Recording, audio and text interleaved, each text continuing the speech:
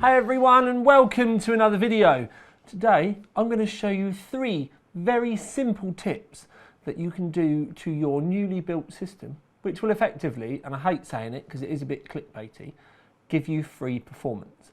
But these are 3 very simple tips that a lot of people forget to do. And once you've done them, literally your system will be much faster.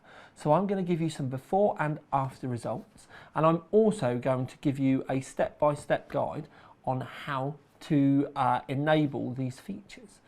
And it's actually pretty simple. It's going to take you no more than 5 minutes. It's going to cost you no extra money, but your system will, I guarantee you, run better.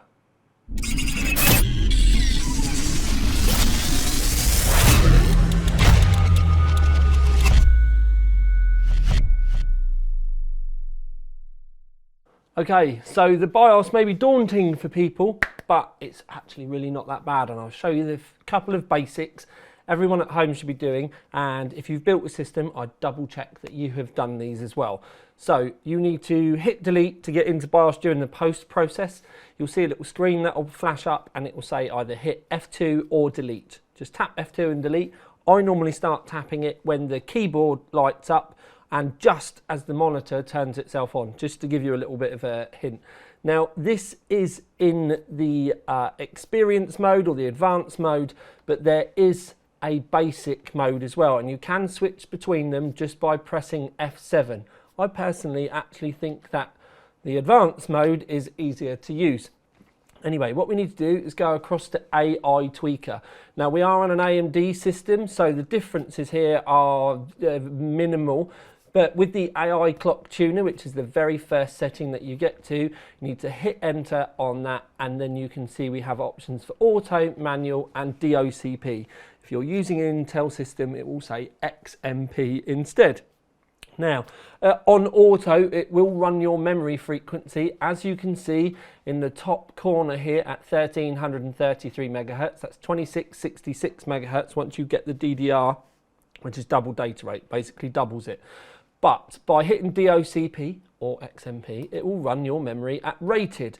Now we have 3600 megahertz memory in the system, so you can see down here it says 3600 megahertz, and half of 36 is 1800. So there you go, 1800, double data rate, double it up. That's where your 36 comes in. Now this is going to make it run at its rated speed. If you have some very, very high speed memory or maybe a slightly older system, some systems may not run your memory.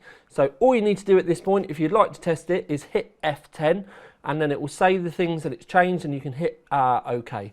If your system doesn't post afterwards or you have some issues, you can just go into the BIOS again and clear it. Now you can either clear it with a button on the board, a button on the back of the board, or sometimes there is a CLR MOS button or a jumper on the board, which you can basically earth out the 2 pins, and that will clear your BIOS. But most modern-ish systems, if you've bought appropriate memory for your system, you won't have any issues. Now we're going to make one other change here today.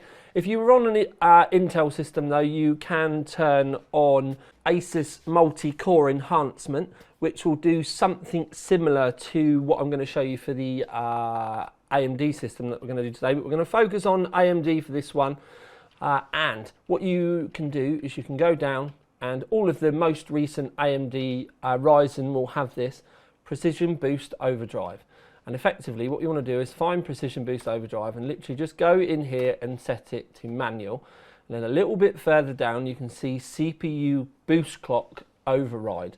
And effectively what this does is give you the option to be able to advance the base clock a little bit, so the initial boost clock, and you can do this by up to 200 megahertz. I haven't found a system yet that wasn't able to do the full 200. This one's given us the option of going that little bit further, but I will say that if you go much further than 200, it's going to need a little bit more testing. So 200 is a really nice safe spot for you to be able to jump onto and grab If you want to go past that, it's a little bit more advanced and you're going to need to keep going in and out and doing stress tests. So we'll keep it basic. 200 is what the systems were launched with originally, so we're going to go with this as being a very nice and easy beginner's guide. So we've made those 2 changes. We then hit F10, and this again lists out the changes that we have made, and then you just press OK, and the system will reboot and go to the desktop. And then that way, once it's at the desktop, we can start our testing. Okay then, so on to the graphics card side of things. Asus have released their new GPU Tweak 3 software recently. We had the 2nd generation for ages. GPU Tweak is now out and is almost out of the beta process. It has been beta for a little while, but they've been working on loads and loads of fixes, and it is much easier to use now with much less bugs. So if you're watching this a little bit of time after the video has gone live, it's probably gone to a full general release. And the good thing about GPU Tweak 3 is literally all you have to do is install it and then click this. And that's it. It increases the power target to 107%. The GPU boost clock, or it will actually boost further than this, but the start of the boost is 1740 megahertz. And it will normally be running around the 2000 megahertz mark anyway, because it then goes on even further than that with the NVIDIA software. The only thing that GPU Tweak 3 doesn't do is increase the memory clock, and you can easily put this up to 1950 without any issues on a 3080. But I'm going to leave that there, so it is a one-click fix. That's it. That's it done. You have now optimized for a beginner your graphics card, and you will get more performance. See, I told you they were going to be very simple changes. So you've made these changes and you're now wondering what is going to happen. Well, the performance benefits are across the board.